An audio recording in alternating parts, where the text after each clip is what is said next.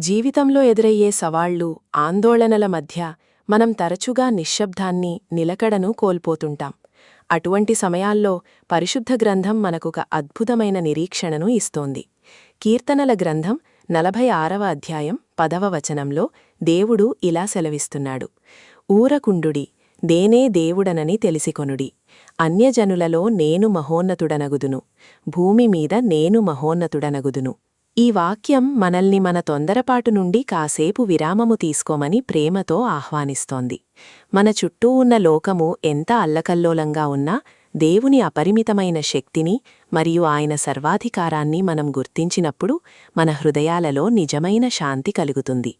ఆయన సర్వోన్నతుడు, సమస్తాన్ని తన ఆధీనంలో ఉంచుకున్నవాడు అని గ్రహించడమే మనకు లభించే గొప్ప ధైర్యం. ప్రార్థన.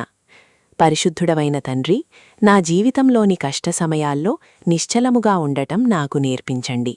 నీవే దేవుడవని, నీవు మహోన్నతుడవని నమ్మి నీపై ఆనుకునే కృపను నాకు ప్రసాదించండి.